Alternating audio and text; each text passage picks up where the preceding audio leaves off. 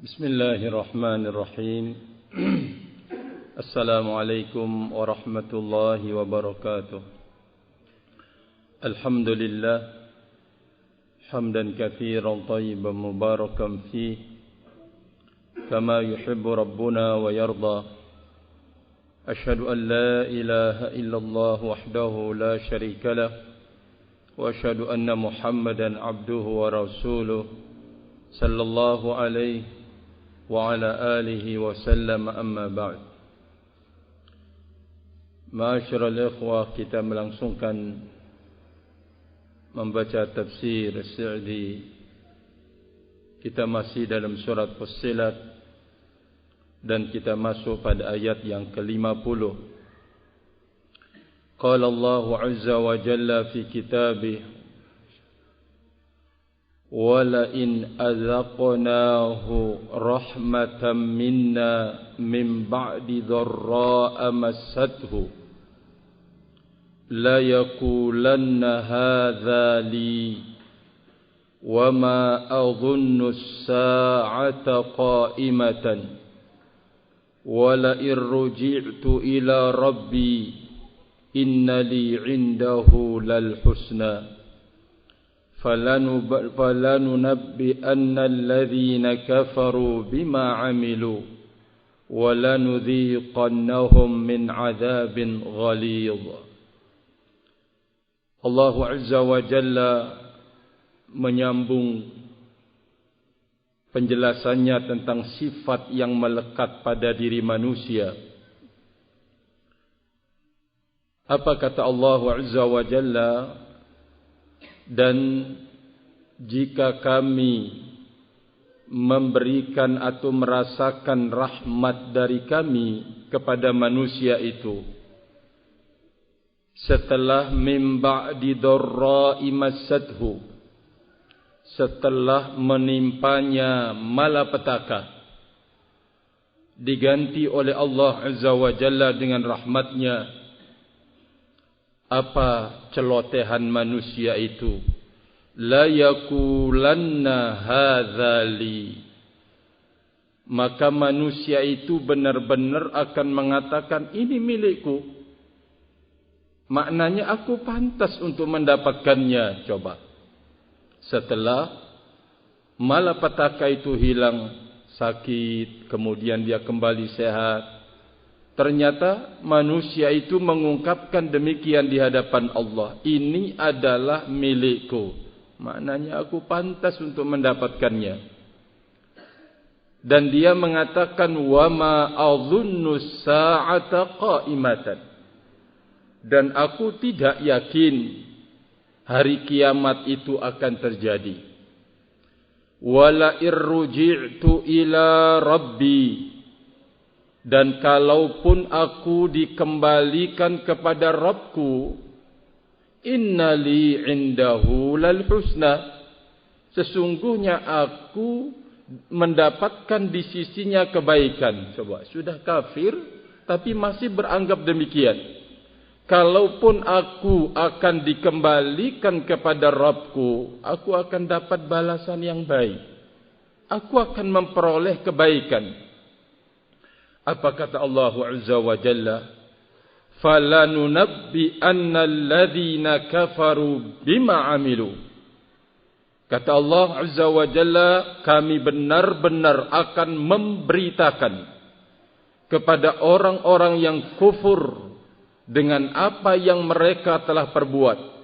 وَلَنُذِيقَنَّهُمْ مِنْ عَذَابٍ غَلِيظٍ. Dan kami benar-benar akan merasakan kepada mereka azab yang pedih, kata Allah Azza wa Jalla. Wa idza an'amna 'alal insani a'rada wa na'a bijanibi. Dan apabila kami memberikan nikmat kepada manusia, a'rada, dia berpaling, wa na'a bijanibi, dan dia menjauh dengan penuh sombong, dengan penuh kesombongan. Namun kata Allah, wa idza massahu syarru, dan apabila mengenainya kejelekan, fadhu du'ain arid, maka dia memiliki doa yang sangat panjang.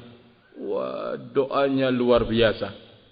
Mari kita lihat tafsirnya, barakallahu fikum. Qala rahimahullahu ta'ala, thumma qala ta'ala wala in adhaqnahu ayil insan alladhi yas'amu min du'ail khair. Mada indakum? La au yas? Langsung. Ada lanya? Nah. Dan di saat kami, kata Allah, menimpakan kepada manusia, yang manusia itu tidak bosan-bosan berdoa kebaikan. Minta anak, minta istri, minta apalagi harta benda, pokoknya sudah tidak pernah bosan. Tidak pernah puas. Ketika sang manusia ini mendapatkan apa yang dia minta, kepingin lagi untuk meminta yang berikutnya. Ini maknahu la yas'am. Tidak pernah puas-puasnya manusia itu. La yas'amu min du'ail khair. Satu sifat yang disebutkan oleh Allah Azza wa Jalla di atas. Wa immassahu syarru faya'us. Dan apabila menimpanya kejelekan, ya'us, cepat putus asa. Manusia, barakallahu fikum.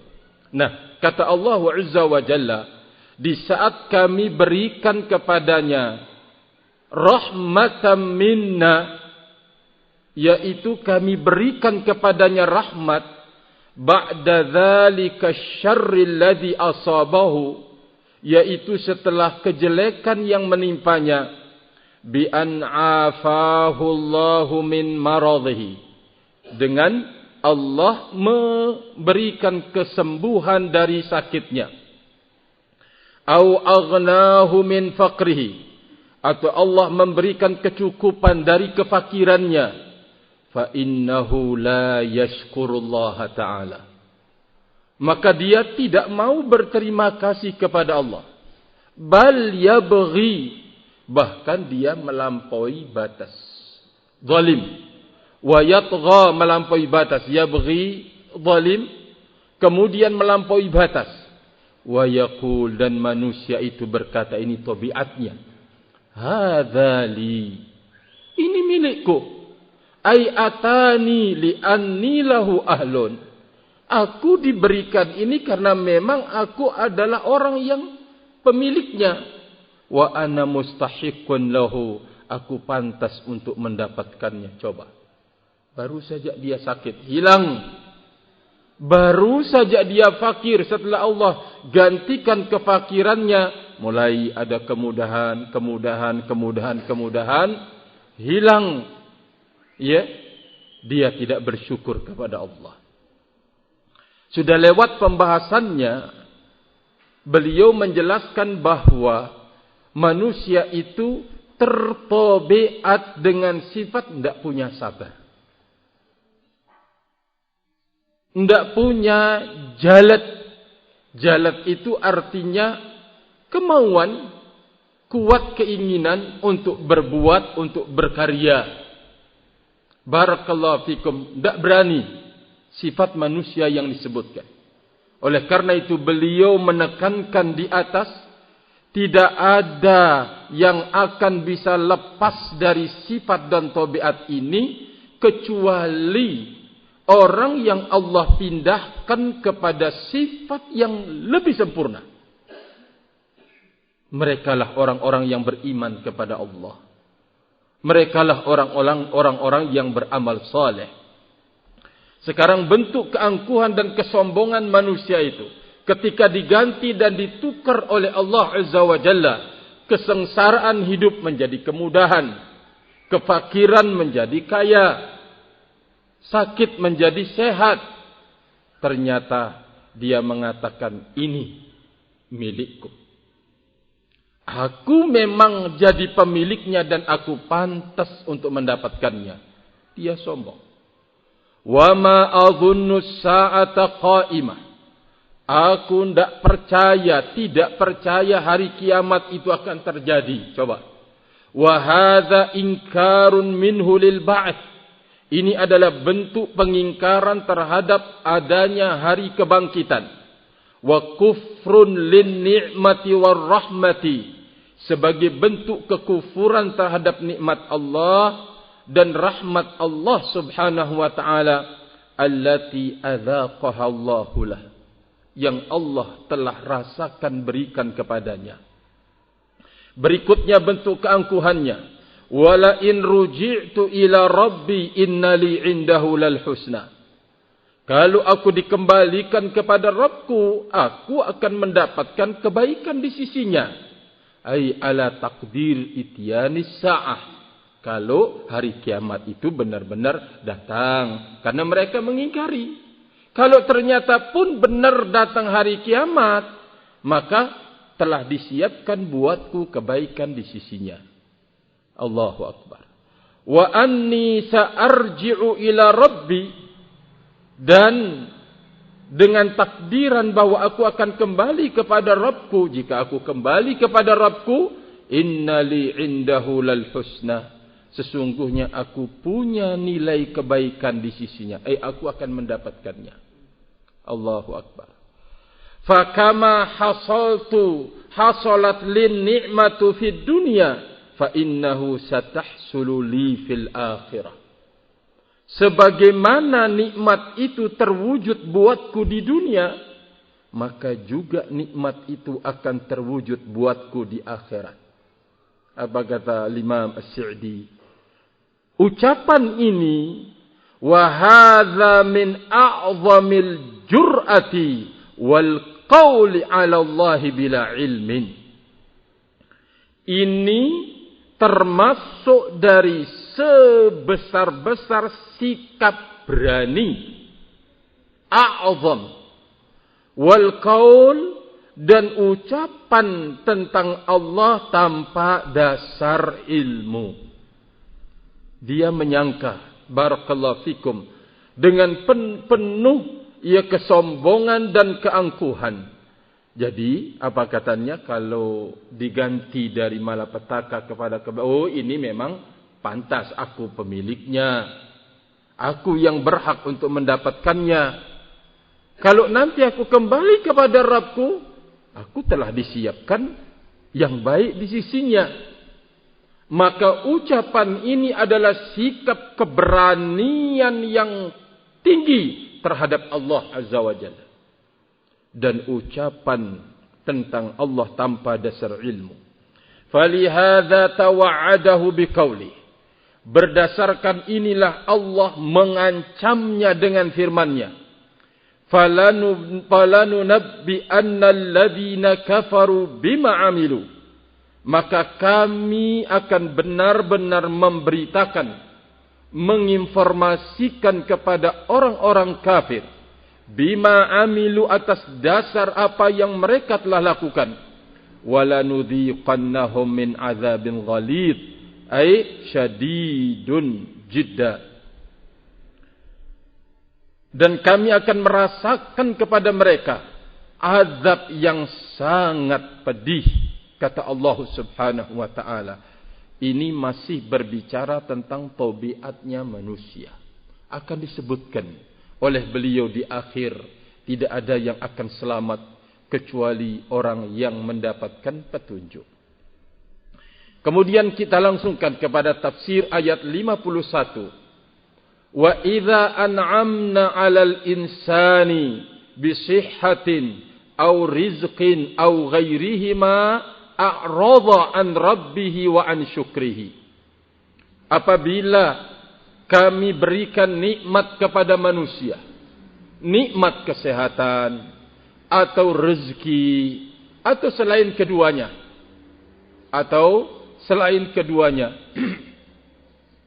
a'rada an rabbihi wa an syukri. Dia berpaling dari Rabb-nya dan berpaling pula dari bersyukur kepadanya. Wa na'a ay tarafa'a, mengangkat diri, bijanibi, dengan penuh ajaban wa takabburan, sikap ujub dan sombong. Manusia demikian, barakallahu fikum. Wa idza massahu syarr ail marad awil faqr au ghairuhuma. Apabila mengenai manusia itu kejelekan, sakit, kefakiran, atau selain keduanya, fadhu du'ain arid ay kathirun jidda li'adami sabrihi. Maka dia memiliki doa yang sangat banyak yang menunjukkan ketidaksabaran padanya. Fala sabara fi dharra. Manusia itu tertobeat tidak punya kesabaran di saat mendapatkan malapetaka, wala syakara fir raha. Manusia itu tidak mau berterima kasih di saat kemudian mendapatkan raha, kebaikan. Illa man hadahullahu wa manna alaihi. Kecuali orang-orang yang Allah telah berikan hidayah dan tuangkan nikmat hidayah itu atasnya, barakallahu fikum. Inilah yang akan mampu merubah. Makanya ketika kita mendengar ayat-ayat yang berbicara tentang tabiat manusia, itu secara umum. Di sana ada orang-orang yang dikecualikan oleh Allah Subhanahu wa ta'ala. Contoh misalkan sebuah ayat yang mengatakan innahu kana zaluman jahula. Di saat Allah menawarkan amanatnya kepada gunung, kepada langit, kepada bumi, kepada gunung, makhluk-makhluk yang besar ini menolak, tidak sanggup untuk memikul amanat Allah. Ternyata siapa yang menyodorkan diri untuk siap memikulnya? Kata Allah Azza wa Jalla, wa hamalahul insan. Wa hamalahal insan. Manusia yang punya kesiapan untuk memikul amanah. Lalu kemudian Allah Azza wa Jalla menyebutkan tentang tabiat yang ada pada manusia yang siap untuk memikul amanah itu. Innahu kana zaluman jahula. Ternyata sesungguhnya manusia itu banyak mempraktikkan perbuatan-perbuatan kejahilan dan juga melakukan praktik kezaliman. Banyak, kata Allah Subhanahu wa ta'ala. Ini berbicara tentang tabiat manusia. Berarti orang yang belajar dan mendapatkan taufik untuk belajar, keluar darinya. Kan begitu. Sama juga dengan di sini. Allah berbicara tentang tabiat manusia. Maka tidak ada yang akan keluar dari tabiat yang buruk ini kecuali yang mendapatkan hidayah dan taufik dari Allah Azza wa Jalla. Contoh misalkan ketika Allah mengatakan di dalam surat Al-Asr, wal asri innal insana lafi khusri. Semua jenis manusia itu berada dalam kerugian. Allah kecualikan. Dari hamba-hambanya tentu hamba-hamba yang telah mendapatkan taufik dari Allah. Untuk dia berilmu, beriman. Untuk dia beramal. Untuk dia berdakwah. Untuk dia sabar.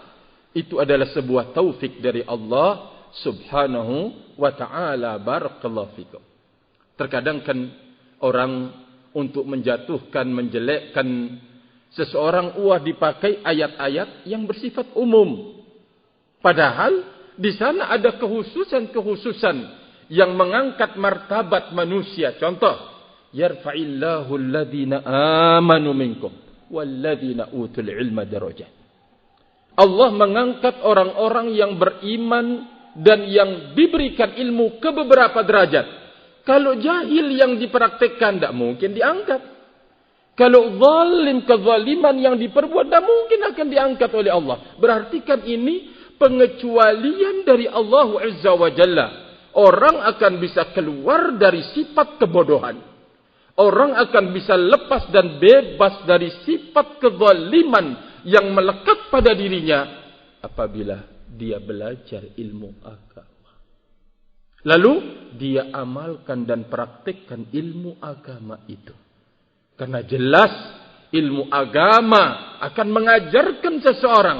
Jelas ilmu agama akan melarang dia untuk berbuat zalim. Barakallahu fikum. Maka oleh karena itu ma'asyiral ikhwah, sebagai penutup, tidak ada orang yang paling terhormat di muka bumi ini dari manusia dan bangsa jin kecuali orang-orang yang punya dua kekuatan pada dirinya. Tidak ada, barakallahu fikum.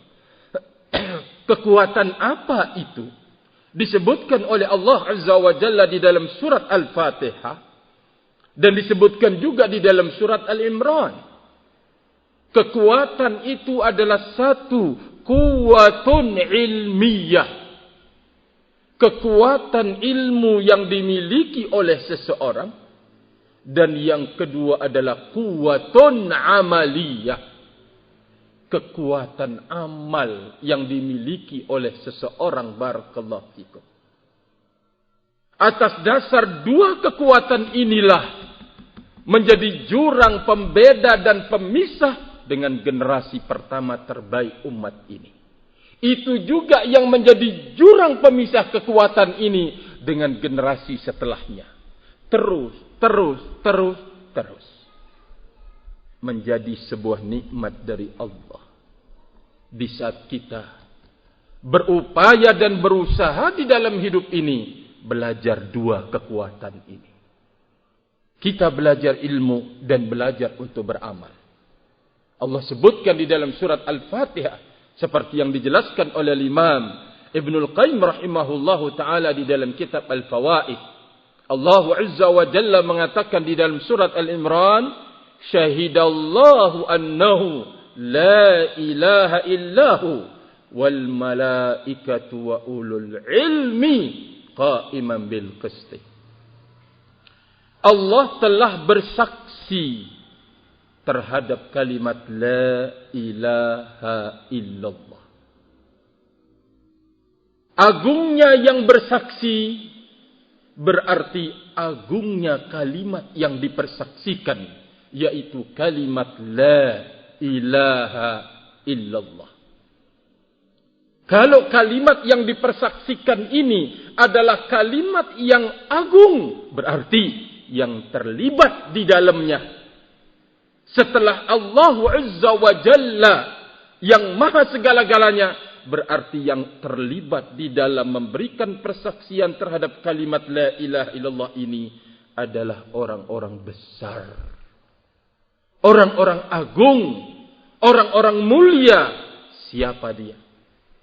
Disebutkan oleh Allah al-malaikah, para malaikat. Dari kalangan manusia yang menghuni alam jagat raya ini, siapa dia? Ternyata tidak semuanya Allah menyebut manusia. Oh enggak. Allah Azza wa Jalla pilih dari manusia itu yang ikut bersaksi pada kalimat yang besar, yang menunjukkan yang bersaksi ini adalah besar, agung dan mulia, yaitu wa ulul ilmi, orang-orang yang berilmu. Barakallahu fikum. Kata para ulama, tidak ada orang yang paling mulia di dunia ini dari orang yang berilmu dan mengamalkan ilmunya. Oleh karena itu kita berharap kepada Allah Azza wa Jalla. Kondisi ada semangat untuk belajar ilmu agama, Allah tetapkan pada diri-diri kita sampai kita bertemu dan berjumpa dengan Allah Subhanahu wa taala. Allahumma amin, Allahumma amin. Wa akhiru da'wana anil hamdulillah. Subhanaka Allahumma bihamdika asyhadu an la ilaha illa anta astaghfiruka wa atubu ilaik. Wassalamu alaikum warahmatullahi wabarakatuh.